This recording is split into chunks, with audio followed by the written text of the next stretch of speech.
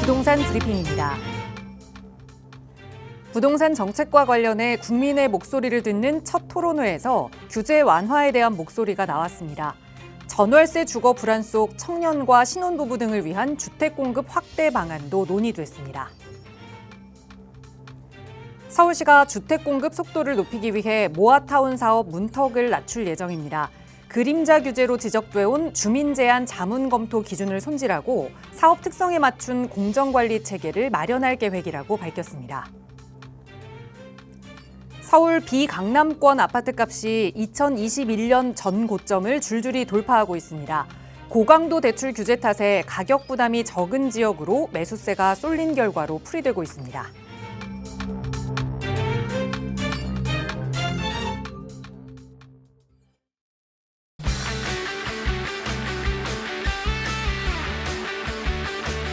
여러분 안녕하십니까? 부동산 고민 무엇이든 물어보세요. 진행의 김진주입니다.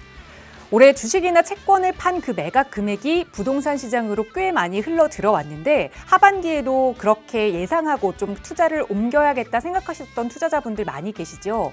그런데 최근 이 증시 급락으로 부동산 시장 역시 좀 긴장감이 높아지고 있는 모습입니다.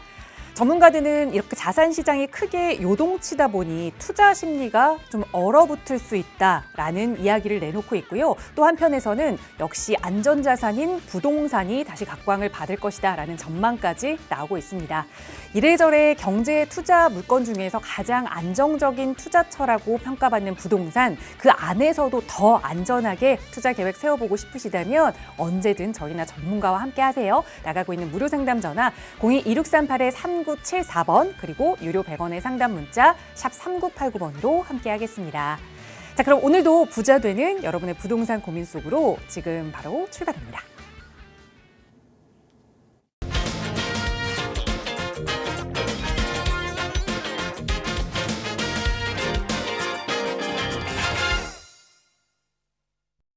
네, 비가 오락가락 또 해가 떴다가 날씨가 흐렸다가 오락가락하는 날씨입니다. 자, 여러분의 마음 조금 평온할 수 있도록 부동산 고민 이분과 함께 해결해 볼게요. 주식회사 드림부동산 투자연구소 정창래 대표 나오셨어요. 대표님 어서 오세요. 예, 안녕하십니까? 자, 이제 지난 우리가 이제 부동산 급등기가 있었죠. 예, 그다음에 현재 또 이제 부동산 시장 이제 급등기가 지금 현재 우리가 겪고 있습니다. 자, 근데 우리가 지지난 정부에서의 부동산 폭등기, 예, 급등기를 한번 우리가 복기를 한번 해보면 그 당시에는요, 상급지가 상당히 많이 올랐습니다. 반면에 하급지는 사실 상급지에 비해서 가격 상승 흐름이 상대적으로 적었죠. 예, 그래서 그 당시에 부동산 시장을 관통했던 하나의 핵심적인 키워드가 이제 상대적인 박탈감이었습니다. 즉, 내가 살고 있는 집은 많이 오르지 않았는데 이제 강남 상구라던가 이제 한강변 벨트를 중심으로 해서 많이 올랐다라는 거죠. 자, 그런데 그때의 이제 부동산 시장 급등기와 지금 현재 부동산 시장 급등기를 한번 비교를 해보면 좀 달라진 점이 이번 시장의 부동산 시장 급등의 진앙지는요, 바로 하급지에 있습니다. 중하급지. 그러니까 그동안 많이 못 올랐었던 이런 중하급지의 가격이 급등을 하면서 예전의 부동산 시장 급등기 또 현재의 부동산 시장 급등기는 약간 차이점을 좀 보이고 있다라고 이제 보시면 될 것 같은데, 그런데 이제 제가 봤을 때는요, 지금 현재의 부동산 시장이 그 당시보다 더 안 좋습니다. 그 이유가 뭐냐면 어떻게 보면 우리가 상대적으로 지금의 부동산 시장은 하급지가 급등을 하면서 또 이 가격뿐만 아니라 전월세 가격도 급등을 했잖아요. 예, 전월세 가격도 이제 급등을 하면서 아무래도 상대적으로 시드머니가 적으신 분들 아니면 새롭게 또 사회에 또 진입하시는 분들, 이런 분들 입장에서는 주택을 사기 위한 내 집 마련에 대한 허들이 더욱더 높아지고 있습니다. 자, 거기에다가 대출 규제라든가, 그 다음에 이제 토지거래 허가 때문에 이제 갭 투자도 지금 이게 불가능하다 보니까 내 집 마련에 대한 허들이 계속적으로 높아지고 있다. 그래서 어떻게 보면 서민들 입장에서는 내 집 마련하기가 점점 어려워지고 있다라고 이해를 하시면 될 것 같습니다. 자, 매주 수요일마다 우리 시청자분들께서 고민하고 계시는 이제 부동산 고민 상담, 예, 항상 해결해 드리고 있는데요. 자, 부동산에 대한 고민, 예, 상당히 좀 다양하시죠. 예, 최근에 보면 이 시장도요, 날씨와 똑같습니다. 예, 오락가락하죠. 예, 또 세제가 또 어떻게 변할지, 예, 또 상당히 좀 이제 궁금증이 많으실 겁니다.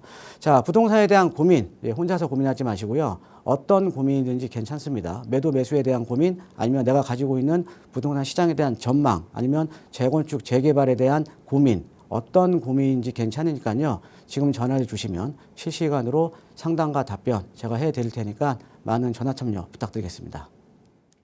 네, 21년이 아파트 최고점을 찍을 때, 그러니까 아파트 폭등기 때 고가 아파트들이 많이 올랐다면 지금은 그렇지 않다라는 말씀을 해주셨는데요. 중저가 아파트들이 많이 올라서 정말 최근에 SNS 보니까 이 서울의 마지막 6억짜리 아파트도 7억, 8억이 됐다, 뭐 이런 글들이 많이 올라오더라고요. 그만큼 서민들의 삶이 더 팍팍해진 요즘인 것 같습니다. 자, 내 집 마련 고민 너무나 힘들고 또 머리 아픈 고민인데요. 저희 전문가들이 함께하고 있으니까요. 나가고 있는 번호로 언제든 편하게 문의 주시고요. 또 조금 더 자세한 투자 이야기는 언제나 저희 나가고 있는 전문가분들과 함께 다양한 자리 마련하고 있습니다. 대표님과 함께 할 수 있는 무료 세미나는 매주 목요일 날 준비가 되어 있는데 이번 주는 아마 또 다 마감이 된 것 같아요. 요즘 정말 문의가 많거든요. 세미나 안내 좀 부탁드릴게요, 대표님.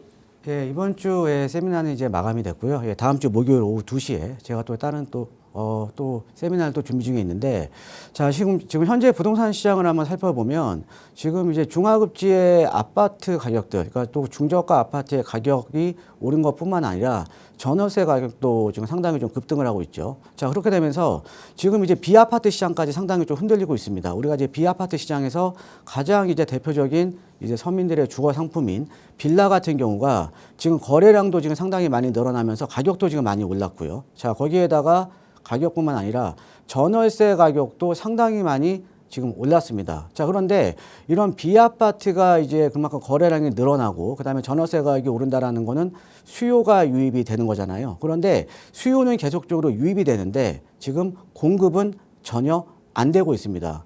제가 실질적으로 이제 데이터를 한번 말씀을 드리면 2020년 대비해서요. 지금 2026년 예, 올해 데이터를 한번 비교를 해보면 지금 빌라 같은 경우에는 거의 공급이 2020년 대비해서 거의 한 10% 정도밖에 안 되고 있다라고 이제 보시면 될 것 같거든요. 자, 이렇게 근데 비아파트가 공급이 안 되는 이유가 그 원인이 뭐냐면요. 바로 다주택자에 대한 규제입니다.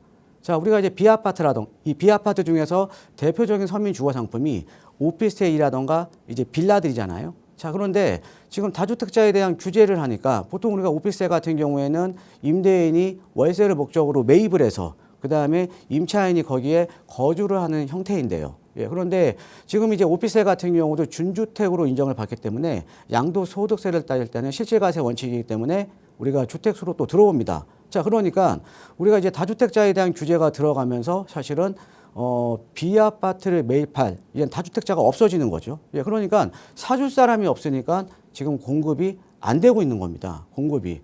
예, 그러면서 지금 사실 아파트뿐만 아니라 지금 비아파트 시장까지도 상당히 지금 불안한 상황이거든요. 예, 그렇기 때문에 지금 아마 좀 여유 자금이 적으신 분들 아니면 좀 이제 내 집 마련을 생각하셨다가 또 이제 너무 이제 가격이 오르면서 지금 이제 전월세로 계속 살고 계시는 분들 상당히 좀 걱정이 많으실 겁니다. 예, 내 집 마련은 어떻게 해야 되나? 근데 내가 또 보니까 빌라들도 또 이제 가격이 상당 부분 크게 오르고 있다라는 거죠. 예, 그래서요, 다음 주 목요일 오후 2시 제가 이제 세미나를 지금 예정하고 있는데요. 자, 서울에 지금 아파트 가격, 예, 너무 많이 올랐죠. 그렇죠. 너무 많이 올랐습니다. 예, 그래서 사실 서울에 내 집 마련하기가 특히 아파트를 마련하기는 너무 어렵다라는 거죠. 자, 그럼에도 불구하고 우리가 시간을 투자를 한다면 우리가 재개발이 가능한 지역에 지금 현재 소액으로 선점을 해놓고 좋은 입지에 내가 시간을 투자를 해서 아파트를 받을 수 있는 이런 전략은 아직까지는 남아 있습니다. 어떻게 보면 제가 봤을 때는 마지막 대안입니다. 마지막 대안. 자, 최근에 보면 우리가 서울의 주요 지역들, 서울의 주요 뭐 용산을 포함해서 한강변 라인들 주요 지역들을 보면 3년 사이에 10억씩 오른 데가 상당히 많습니다. 과거 뭐 3년 전에는 1, 2억 정도 투자가 가능했는데 뭐 신속이라던가 모아 역세권 개발이 이루어지면서 기대감에 의해서 가격 상승이 10억 이상 오르는 지역이 상당히 많이 있거든요. 자, 그런데 우리 시청자 여러분들, 예, 지금도요 그런 지역이 아직은 남아 있습니다. 입지가 좋고 그다음에 개발이 가능한 그다음에 우리가 시간을 투자해서 시세 차익을 크게 볼 수 있는 이런 지역들이 아직은 남아 있거든요. 예, 그러니까요. 희망 잃지 마시고요. 소액 투자에 관심 있으신 분들은 다음 주 목요일 오후 2시에 세미나에서 제가 지역적인 공개도 제가 할 예정에 있으니까 세미나에 많은 참석 부탁드리겠습니다. 네, 갑자기 그 마지막 기회가 남아있다라고 말씀을 주시니까 우리 자녀 세대들은 어떻게 하지? 이런 고민도 생기는데 자녀들의 내 집 마련까지 함께 고민할 수 있는 그런 세미나입니다. 나가고 있는 무료 상담 전화 02-2638-3974번으로 문의 주시면 세미나 접수까지 안내 도움 드릴 테니까요. 언제든 편하게 문의 주세요. 자, 오늘 방송 시간 통해서도 또 여러분의 고민들 해결해 드리겠습니다. 바로 첫 번째 시청자분 전화 연결해 볼게요. 여보세요? 네, 여보세요. 안녕하세요. 반갑습니다. 네, 안녕하세요. 네, 시청자님 오늘 어떤 고민 이야기 나눠볼까요? 저희 아버지가 둔촌동에 있는 프라자 아파트 39평형 보유 중이시거든요. 네. 네, 16년에 매입하셨고 저희가 거주는 한 적 없고 현재 임대 중인데 네.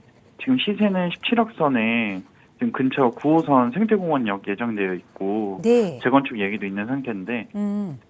여기가 예전에 리모델링 된다고 했다가 잘 안 된 적이 있어서요. 네. 네, 이번 재건축은 좀 가능성이 높은지랑 네. 여기가 재건축이 될 경우 해당 아파트 가치가 어느 정도 될지 향후 전망이 좀 궁금합니다. 네, 알겠습니다. 궁금합니다. 아버님 대신 연락을 주셨는데 강동구 둔촌동의 프라자 아파트 39평형 2016년에 매수를 하셨고 그러니까 재건축이 좀 가능할지 투자 면에서 계속 좀 보유를 해봐도 될지 대표님께 여쭤볼게요. 인사 나눠보세요. 예, 안녕하세요. 반갑습니다, 천장님. 네, 안녕하세요, 대표님. 예, 요즘 가장 타겟인 비거주 1주택자시네요. 네, 맞습니다. 예, 거주를 하셨어야 되는데. 네, 저희가 지방을 내려가게 돼서 잠깐만요. 근데 2016년도였죠? 네, 2016년도 사시면은 뭐 어차피 비거주 하더라도 그 당시는 이제 조정 대상 지역이 아니었기 때문에 일단은 뭐 12억까지 비과세는 받을 수 있습니다. 12억까지는. 예. 자, 지금 이제 프라자 아파트 지금 갖고 계시는데 얘가 한 350세대 정도 되는 좀 소규모 단지죠. 그죠? 네, 맞습니다. 예. 근데 여기가 이제 지금 인근에 이제 보훈병원까지 지금 이제 9호선 라인이 들어와 있고요. 그죠? 예. 네, 그다음에 지금 여기 지금 이제 강동구 쪽으로 해서 이제 여기 이쪽에 지금 이제 그 지하철역이 새롭게 아마 내후년인가요? 예, 내후년에 이제 네, 개통이 28년, 되는 네네. 예, 내후년에 이제 개통이 되는 거죠. 그렇죠? 예. 네, 맞습니다. 그다음에 여기 보시면 이렇게 주변에 이렇게 녹지들이 많아요. 그죠? 예, 1차산. 네. 그죠? 녹지도 상당히 풍부하고 그다음에 많은 이제 우리 시청자분들이 아시는 이제 예전에 둔촌지공을 재건축한 올림픽 파크포레온이 요 아래에 있습니다. 그죠? 예. 네, 자, 제가 봤을 때는 여기 프라자 아파트가요. 우리 지금 시청자님께서 말씀하셨다시피 예전에 과거에 리모델링을 했거든요. 그죠? 네, 네, 예, 리모델링을 하다가 지금 이제 여기 조합원들이 그러니까 소유자들이죠. 예, 소유자들이 최근에 이제 재건축으로 최근에 이제 선회를 한 단지입니다. 그죠? 예. 네. 자, 그런데 제가 봤을 때는 그 리모델링보다는요. 재건축이 지금은 맞아요. 예, 그 이유를 한번 설명을 해 드릴게요. 예. 네, 자, 먼저 첫 번째. 자, 우리가 리모델링을 하던 재건축을 하던 중요한 거는 우리가 그 당시에 사업을 했을 때 나중에 리모델링을 했을 때 아파트의 가치, 그다음에 재건축을 했을 때 아파트의 가치를 보는 거잖아요. 그죠? 네, 자, 그런데 우리가 리모델링이라는 거는 보통 우리가 이렇게 좀 용적률이 높은 단지에서 하는 경우들이 많아요. 네, 예, 여기가 용적률이 보통 용적률이 제가 알기로는 한 180% 전후 될 거거든요. 그렇죠? 네, 네, 네. 예, 그런데 이게 왜 그러냐면 우리가 재건축 같은 경우에는 우리가 재건축을 할 때 도정법으로 가기 때문에 법정 상한선이 있습니다. 법정 상한선. 그죠? 네. 예, 그러면 어떤 분이냐면 용적률이 높은 단지들은 재건축으로 가면 법정 상한선이 있기 때문에 일반 분양분이 많이 안 나오는 거예요. 이해되세요? 네, 네. 예, 그런데 리모델링 같은 경우에는 이 도정법으로 가는 게 아니라 주택법으로 가기 때문에 그냥 심플합니다. 기존 세대수 대비해서 15% 이내, 15% 정도의 일반 분양분을 뽑아낼 수가 있어요. 네, 자, 그러면은 우리가 한번 계산을 해보는 거죠. 재건축으로 갔을 때 일반 분양 세대와 리모델링으로 갔을 때 일반 분양 세대를 한번 생각을 해봐서 그 일반 분양 세대가 더 많이 나오는 쪽으로 우리가 진행을 해야 되는 거 아닙니까? 그죠? 네, 맞습니다. 예, 그렇기 때문에 우리가 보통 이제 용적률이 높은 단지들은 재건축보다는 리모델링을 과거에는 많이 했어요. 과거에. 자, 그런데 지금은요, 예전에 리모델링한 단지들도 재건축으로 지금 많이 선회를 하고 있습니다. 자, 그 이유를 한번 설명을 해드릴게요. 네. 자, 우리가 먼저 첫 번째 리모델링이라는 건 일단은 재건축에 비해서 한계가 있어요. 우리가 기존의 골조라든가 그 다음에 내력벽을 유지를 해야 되잖아요. 그렇죠? 네네. 예, 그러니까 기존의 골조를 유지를 하고 아파트를 올려야 되는 거니까 구조가 안 좋아요. 예, 구조가 안 좋습니다. 자, 그런데 재건축은 다 헐고 새롭게 평면을 만드는 거잖아요. 그렇죠? 네. 그러니까 새 아파트가 요즘 새 아파트 가면은 상당히 평면이 좋거든요. 그죠? 네네. 예, 그러니까 이게 그러니까 이게 신규 아파트로 짓기 때문에 우리가 구조 면에서는 당연히 재건축이 훨씬 더 낫다라는 거죠. 그러면 우리가 리모델링을 했을 때보다는 재건축을 했을 때 아파트 가치가 훨씬 더 높은 거예요. 네. 이해되시죠?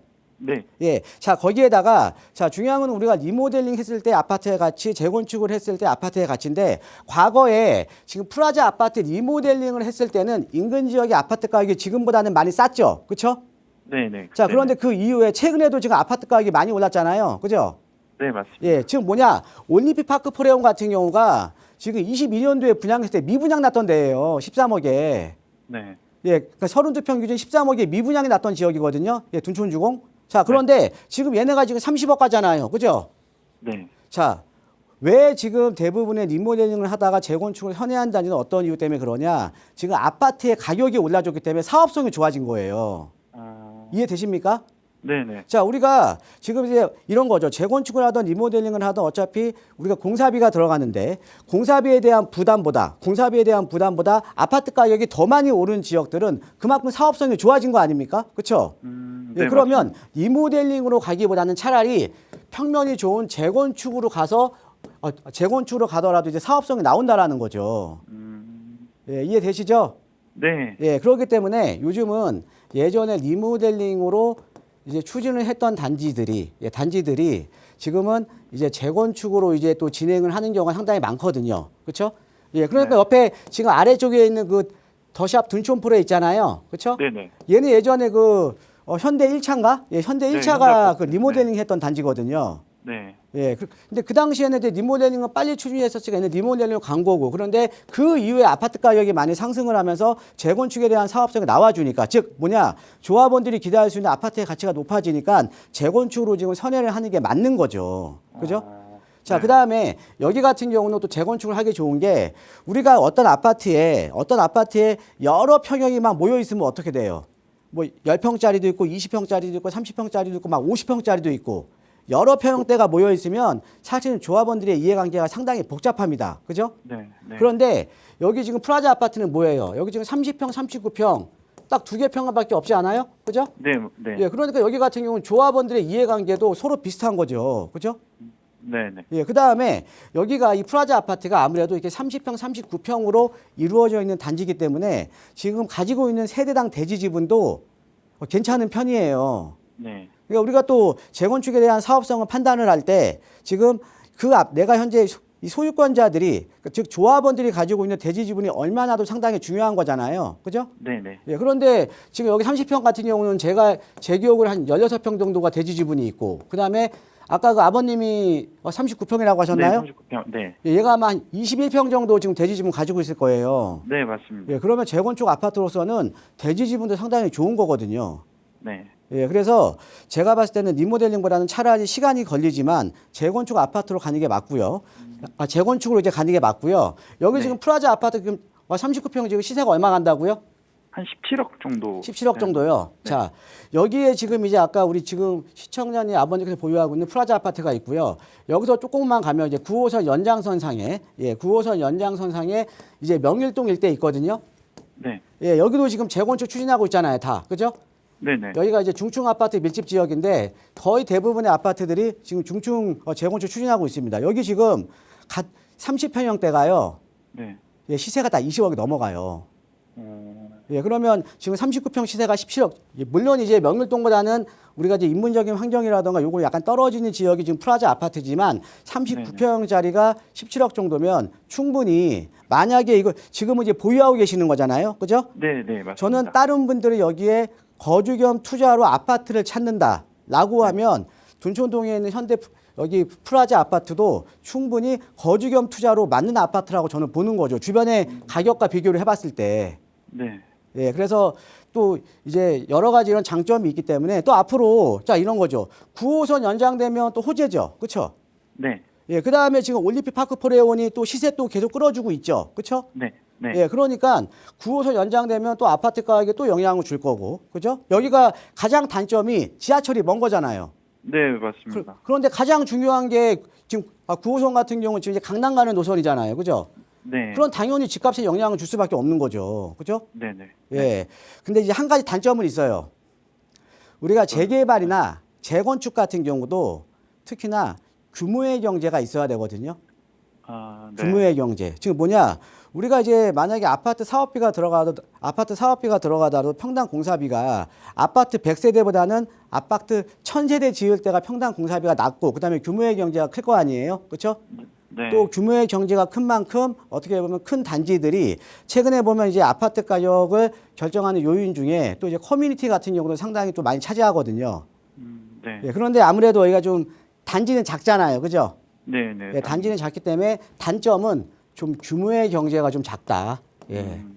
예, 이게 좀 단점이지만 그래도 여러 가지 입지적인 여건하고요. 그다음에 리모델링에서 재건축으로 선회한 거는 제가 봤을 때는 조합원들이 정말 잘한 거예요. 지금 잘한 선택입니다. 예, 이해되시죠? 네, 이해됐습니다. 예, 예, 고맙습니다. 네, 감사합니다. 네, 한번 이 개발이 무너지면서 좀 고민이 생겼던 것 같은데 오히려 그 리모델링에서 재건축으로 바뀐 게 더 호재가 될 수 있다라는 말씀, 왜 보유해야 하는지 하나하나 좀 소개해 드렸으니까 아버님께 잘 전달해 주시고 또 언제든 또 매도에 대한 고민이 생기신다면 연락 주세요. 저희 나가고 있는 무료 상담 전화로 이야기 나누고 있습니다. 다음 전화 연결할게요. 여보세요. 네, 여보세요. 안녕하세요. 반갑습니다. 네, 안녕하세요. 반갑습니다. 네, 시원장님 오늘 어떤 고민 이야기 나눠볼까요? 아, 예. 뭐 아들이 직장에 다니고 있는데, 네. 한 35살이고 전제 미혼이거든요. 근데 네. 이분이 모아놓은 돈이 한 2억 정도 돼요. 네. 그래서 이거를 광진구 쪽에 어떻게 한번 투자를 하고 싶은데 어느 곳에 투자를 할까? 요게 좀 궁금해가지고 좀 상담 드려보는 거예요. 연락 잘 주셨어요. 이번에는 또 아드님 대신 아버님께서 연락을 주셨는데 자 모아둔 2억의 자금으로 광진구에 어떻게 투자하면 좋을지 대표님과 계획 세워보죠. 인사 나눠보세요. 예, 안녕하세요. 반갑습니다, 총장님. 예, 안녕하세요. 예, 혹시 뭐 광진구 쪽은 저도 제가 여러 번 좀 언급했던 이제 지역인데요. 예. 예, 혹시 뭐 어디 뭐 보신 지역은 있으세요? 아니, 제가 방송을 보니까 요새 예. 광진구 쪽이 아주 좋다고 전문가분들이 많이 어디요? 얘기를 해가지고 광진구 구이동 쪽에 조금 투자를 하고 싶은데 예.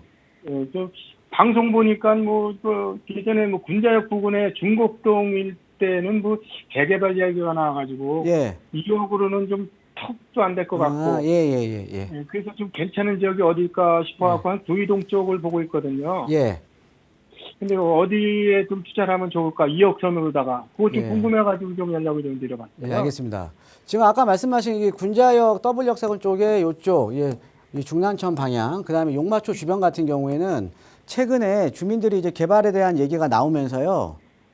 예, 지금 최근에 많이 오른 지역은 한 2억씩 오른 지역이에요. 불과 몇 개월 사이에. 그러니까 여기 같은 경우에 그러니까 군자역 부근 용마초등학교 주변이라던가 아니면 중랑천변 요 주변을요. 저도 올해 제가 한 2, 3월 달 정도쯤에는 제가 방송에서 한 두어 차례 제가 언급한 지역이거든요. 예, 근데 그 당시만 하더라도 투자 금액이 1억 중반대면 들어갔습니다. 자, 그런데 요 지금 이 군자역 사이를 두고 좌우로요. 지금 최근에 이제 개발 이야기가 나오면서 이제 또 어떤 지역들은 또 동의서를 또 진구하고 있고요. 예, 동의서를 진구하면서 지금 투자 금액이 다 3억대 이상으로 지금 올라간 지역이에요. 올라간 지역이고요. 예, 그래서 아마 2억 정도로는 투자가 지금은 약간 어려우실 겁니다. 예. 자, 그러면 우리가 이제 광진구 내에서도 광진구에 여러 지역들이 있잖아요. 그렇죠? 예. 우리가 또 구이동 내에도 여러 지역이 있고 중곡동 내에도 여러 지역이 있고 그다음에 군자동 내에도 여러 지역이 있거든요. 근데 우리가 투자라는 거는 그 여러 지역 내에서도 가장 좋은 입지, 그다음에 내가 투자 금액을 적게 가고 시세 차익을 극대화할 수 있는, 즉 좋은 입지를 내가 선점을 해야 되는 게 지금 이제 우리 시청자분께서 지금 하실 일이잖아요. 그죠? 예, 그렇죠. 예, 그러면 지금 아직 그 가격이 싼 지역이지만 좋은 입지가 어디인지 제가 한번 설명을 한번 드릴게요. 예. 자, 먼저 한번 크게 한번 이제 크게 한번 이제 그 지도를 보시면요.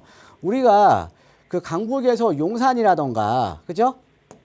예, 성수동이라던가, 요런 지역들은 가격이 상당히 비싸죠. 그쵸? 네, 그렇죠. 예, 예, 금액이 상당히 비싸잖아요. 그죠? 예, 예, 근데 이런 지역이 비싼 이유가 어떤 거냐면 용산이나 성수가 비싼 이유는 어떻게 보면 소득 수준이 높은 계층들이 선호하는 지역이니까 가격이 비싸지 않겠어요? 그죠? 예, 예, 그러니까 우리가 용산이나 성수의 가격이 비싼 이유는 소득 수준들이 높은 계층들이 선호하는 지역이기 때문에 가격이 비싼 거예요. 자, 그런데 그러면 이 소득 수준이 높은 계층들이 왜 이 지역을 선호를 하냐? 예, 그 이유가 이 용산 성수에 공통점이 있습니다. 예, 공통점이 어떤 거냐면 자, 용산이나 성수동 다 한강변 라인에 붙어 있죠. 그렇죠? 예, 예, 한강변이잖아요. 우리가 한강변 벨트가 마용, 성, 광 이렇게 마용, 성광이 한강변 벨트잖아요. 그죠? 예, 예. 근데 용산 성수가 한강변 라인에 붙어 있으면서요. 플러스 공통점으로 가지고 있는 게 예, 공원을 가지고 있어요. 아, 자, 용산에는 민족공원, 성수동에는 서울숲, 예, 공원을 갖고 있네요. 그렇죠? 예, 근데 예, 이게 왜 중요하냐?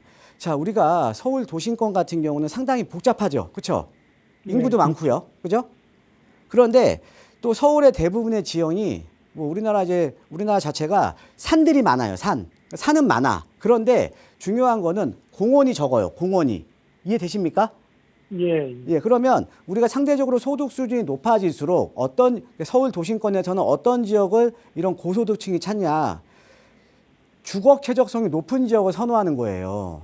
주거 쾌적성이. 자, 그러다 보니까 우리가 서울 같은 경우는 주거 쾌적성이 높은 지역이 한강변가, 그 다음에 우리가 산은 많지만 공원은 이 서울 도심에서 상당히 적잖아요. 그죠? 예, 그러니까 한강변과 공원을 선호를 하는 거예요. 그래서 용산 성수가 비싼 겁니다. 예, 자, 그런데 우리가 광진구라는 지역도 뭐예요? 지금 한강변에 붙어 있으면서 한복판에 대공원을 끼고 있네요. 그죠? 예, 예, 그러니까 이 광진구가요, 요즘 투자자들의 관심을 받고 있는 이유가 어떤 이유냐면 바로 용산 성수가 가지고 있는 한강변과 공원을 갖고 있기 때문에 그래요. 즉, 향후에 주거 쾌적성이 상당히 높을 지역이기 때문에 또 재개발이 되면 소득 수준이 높은 계층들이 좋아할 지역이기 때문에 이 지역을 투자를 많이 하려고 하시거든요. 이해되시죠? 예. 예, 자, 근데 이 광진구는 거기에다가 우리가 용산이나 성수 같은 경우에는 또 대부분이 또 구릉 지역으로 이루어져 있는데 광진구는 또 평지예요. 평지 플러스 한강변 플러스 그다음에 공원. 거기다가 강남 접근성도 좋아요. 그러니까 입지가 워낙 좋은 지역이거든요. 그죠? 예, 예. 자, 그래서 입지적인 여건이 상당히 좋은 지역이기 때문에 요즘 광진구 쪽으로 많이 보시는 건데, 자, 그러면 우리가 요 광진구 내에서도 이렇게 한강변 라인 쪽 자양동이 이제 상당히 좋을 거고, 그죠? 한강 조망이 나오는 자양동이 좋을 건데, 자양동은 워낙 가격이 많이 올랐죠? 그렇죠? 예, 그러면 광진구 이제 안쪽에서는 당연히 공원 주변으로 가장 좋지 않겠어요? 아, 그렇겠죠. 예, 예, 그러니까 공원 주변으로 가장 좋지 않겠습니까? 그죠? 예, 그러면 지금 아까 우리 시청자님께서 구이동으로 보고 계신다는데 구이동에서도요, 구이동 나눠보면 여기가 그러니까 이 2호선 라인에 붙어 있는 데가 구이 1동이고 그 다음에 여기 5호선 라인에 붙어 있는 데가 구이 2동이거든요.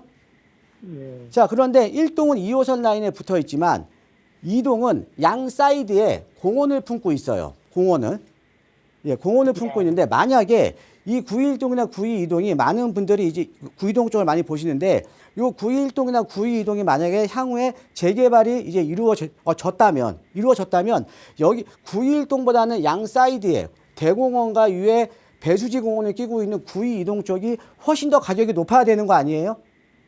아, 예, 예, 공원 바로 옆이니까 단지 내 쾌적성이 높잖아요. 그죠? 예, 약간 이런 거죠. 소득 수준이 높은 계층일수록 단지 내 주거 쾌적성이 높은 지역을 선호하는 거예요. 예, 이해되시죠? 예. 예, 자, 그런데 지금 사실은 그러니까 구이 이동 쪽이 훨씬 좋은데 여기 구이 이동 쪽은 또 또 광진 초등학교 있죠. 그렇죠? 예, 여기가 초품화에다가 또 이제 9.1동, 9.2동 똑같이 평지이지만 여기는 또 숲세권이에요. 숲세권. 예, 숲세권에 사실은 지금 9.1동보다 9.1동은요 2억 가지고는 투자가 좀 불가능합니다. 최근에 또 모아타운 얘기가 일부 지역들 나오면서요 좀 가격이 올라졌거든요. 예, 그런데 구의 이동 쪽이에요. 구의 이동 쪽에 아까 제가 말씀드렸던 광진초등학교 주변 있죠? 예. 여기는 지금 아직까지는 여유자금 한 2억이면 충분히 투자가 가능해요. 예, 그런데 자, 뒤에는 배수지공원, 앞쪽으로는 대공원, 그 다음에 초등학교 품고 있고, 그 다음에 역세권, 그 다음에 평지. 자, 입지가 어떠세요? 입지가 참 좋네요. 예, 입지가 상당히 좋죠?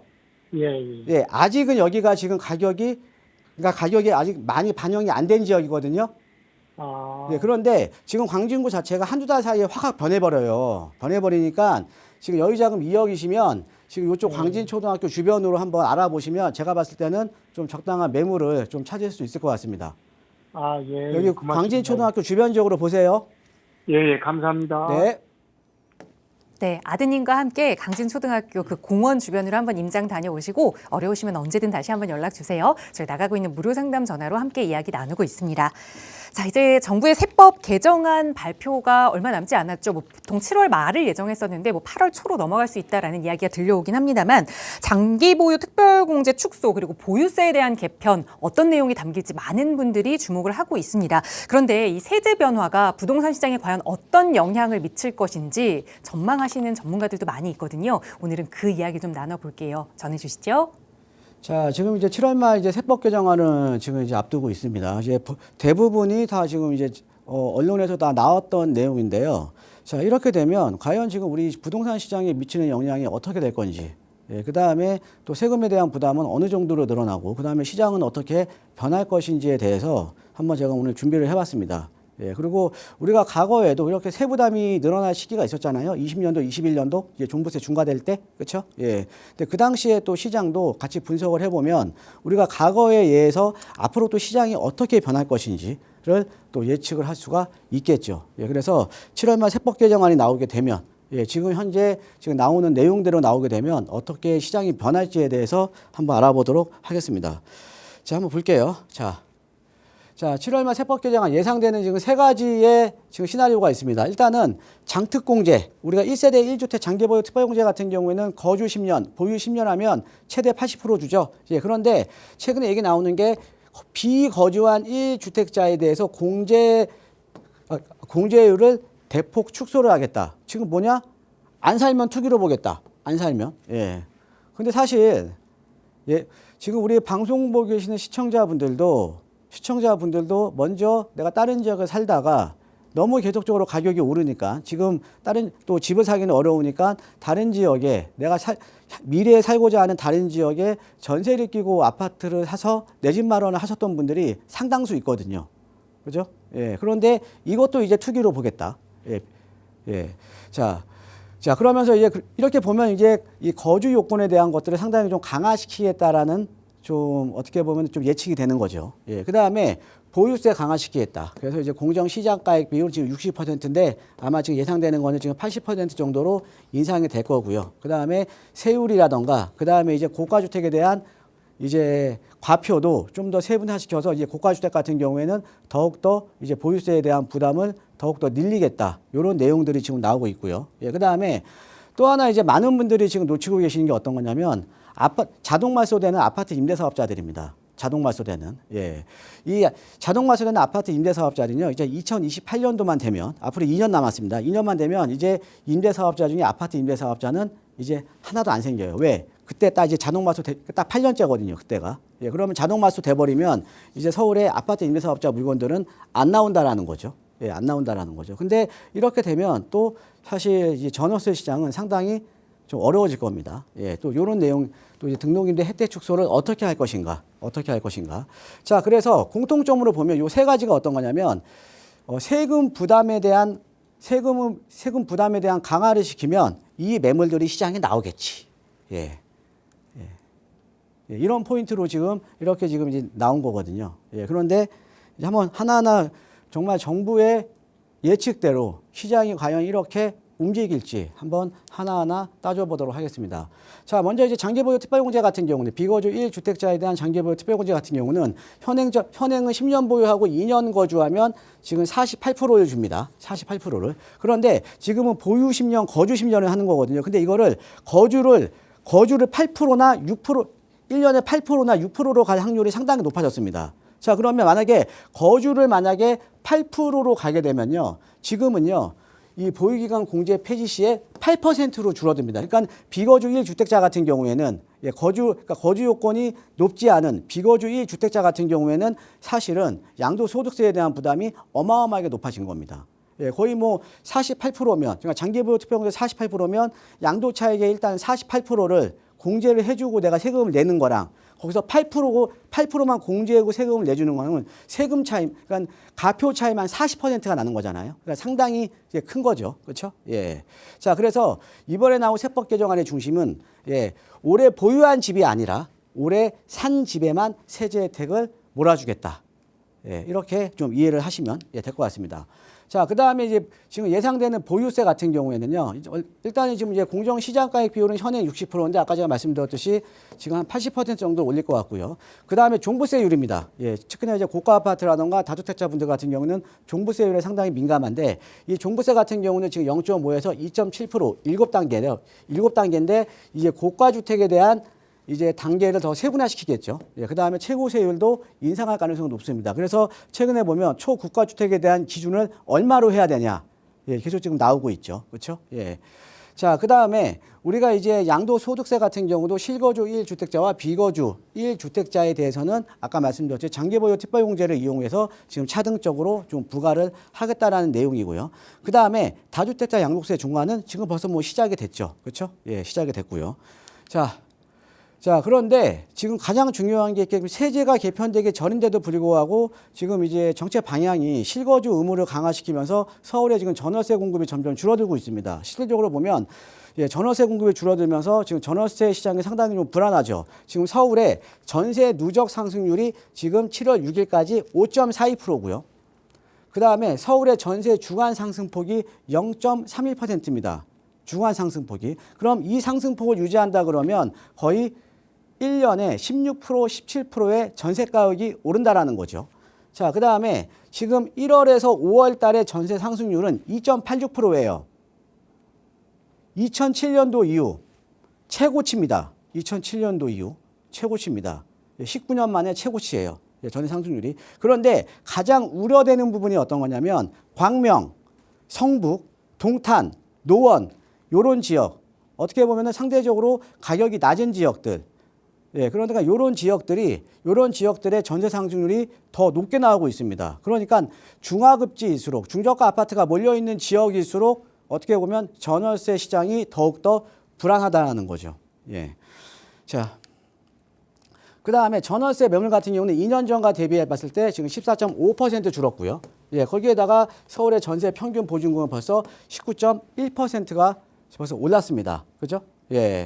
자, 그 다음에 지금 가장 문제가 되는 게 지금은 계약갱신 청구권이 있잖아요. 계약갱신 청구권이 있기 때문에 우리가 이제 예전에도 이제 그 계약갱신 청구권이 이제 부동산 3법 통과 이후에 시행이 될 때 시장에서 가장 우려를 했던 이유가 뭐냐면 보통 우리가 계약갱신 청구권이 있기 전에는 2년마다 그게 유통 물량이 나오잖아요. 그죠? 근데 계약갱신 청구가 되면 4년마다 그 유통 물량이 시장에 나오는 겁니다. 그렇죠?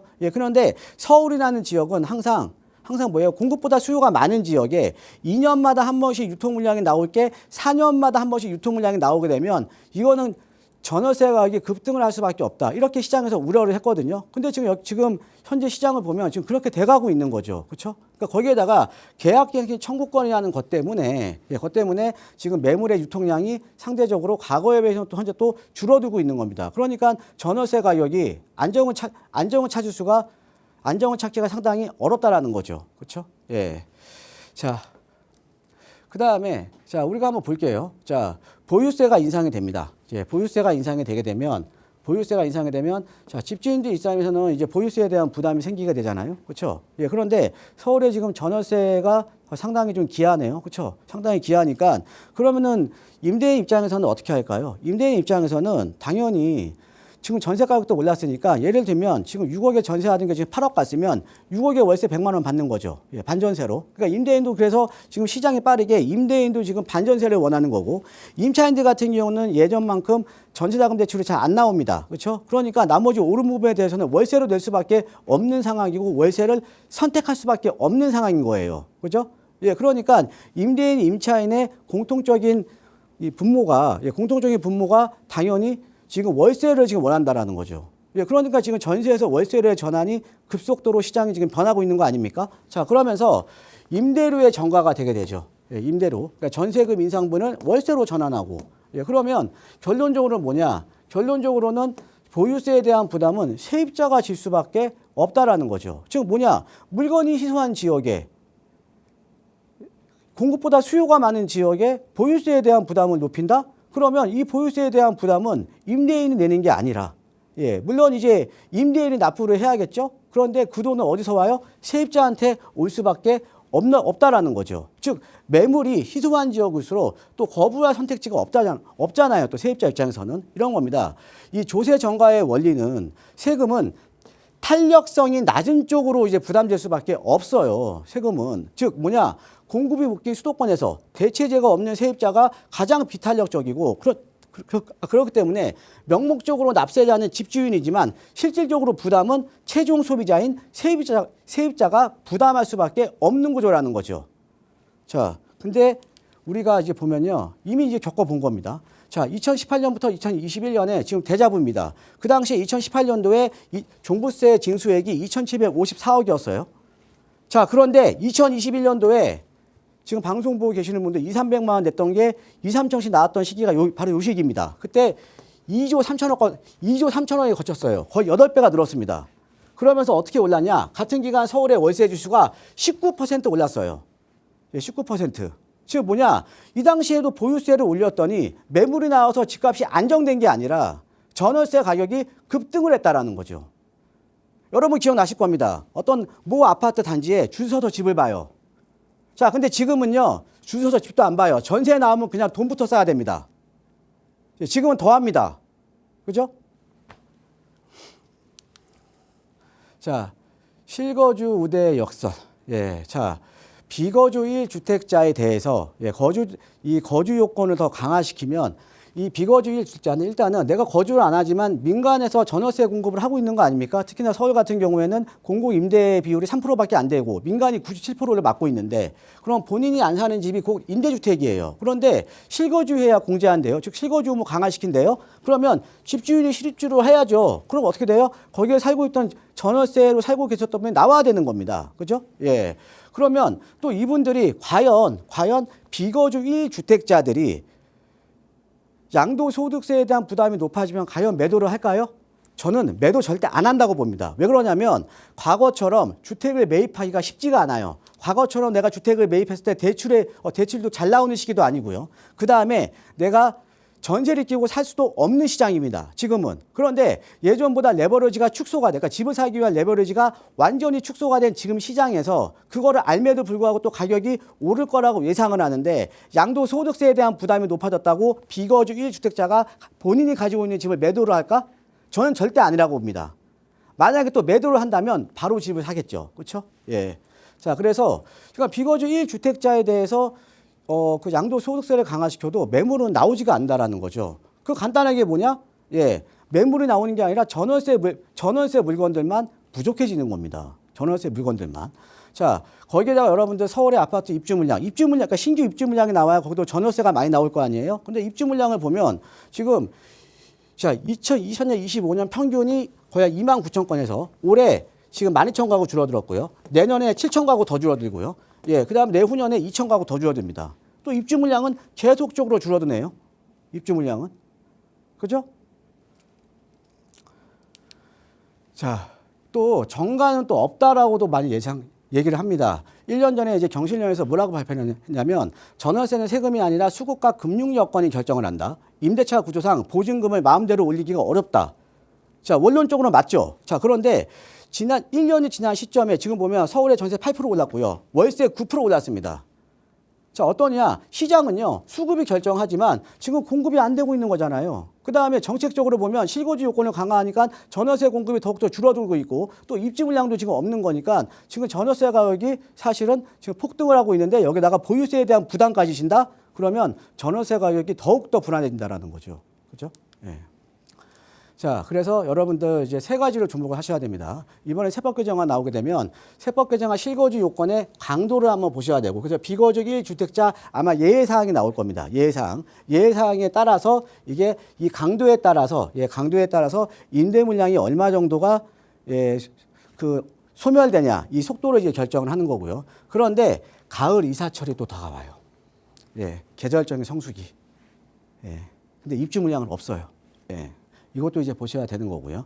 그 다음에 이제 월세는 계속적으로 지금보다 더 빠른 속도로 주택 임대 시장은 월세화로 가속이 될 겁니다. 왜? 보유세에 대한 현금 부담이 생기면 일정 부분은 우리가 월세로 받아서 임대인이 납부를 해야겠죠. 그렇죠? 그래서 지금 사실 우리가 이제 과거의 예를 보면 세금으로 부동산 시장 안정을 찾은 예는 한 번도 없습니다. 세금으로 시장을 이기려고 한 정부도 한 번도 없었고 정책도 성공한 적이 한 번도 없다라는 거죠. 즉 뭐냐?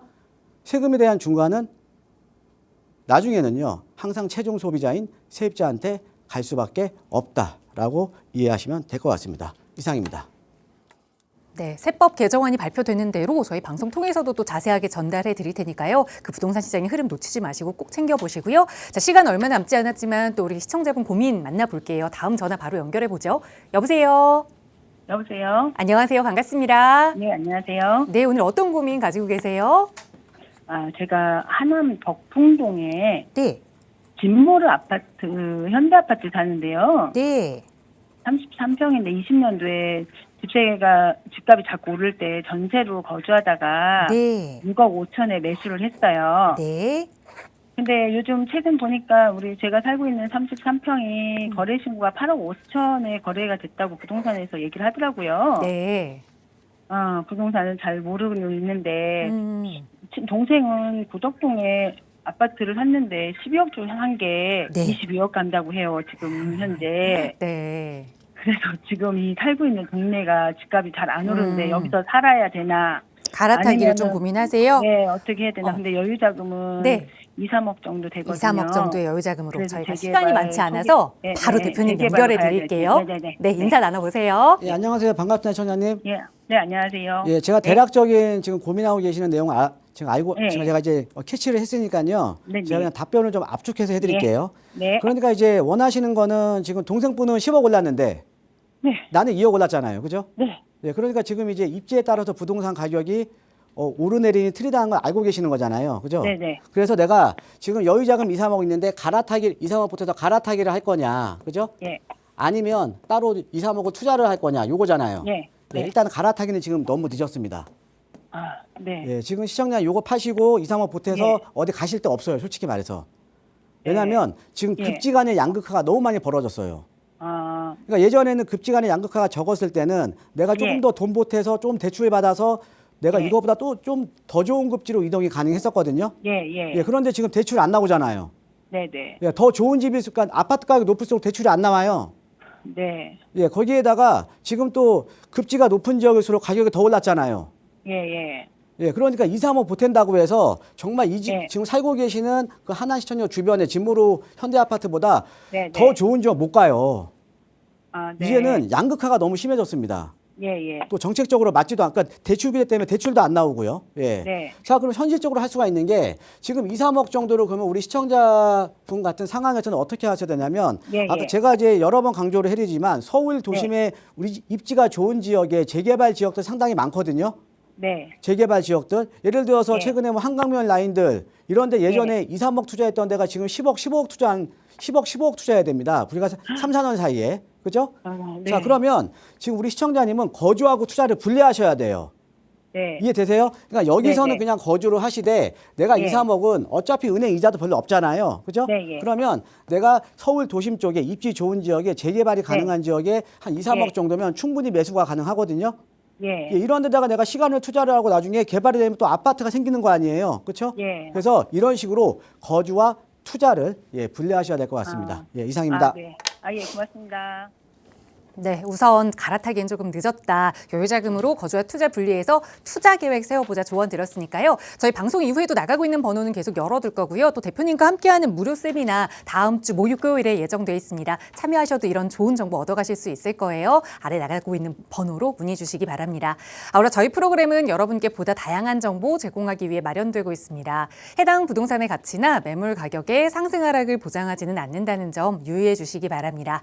저희는 잠시 후 2부에서 또 여러분의 고민 만나기 위해 돌아올게요. 많은 시청 부탁드립니다. 고맙습니다.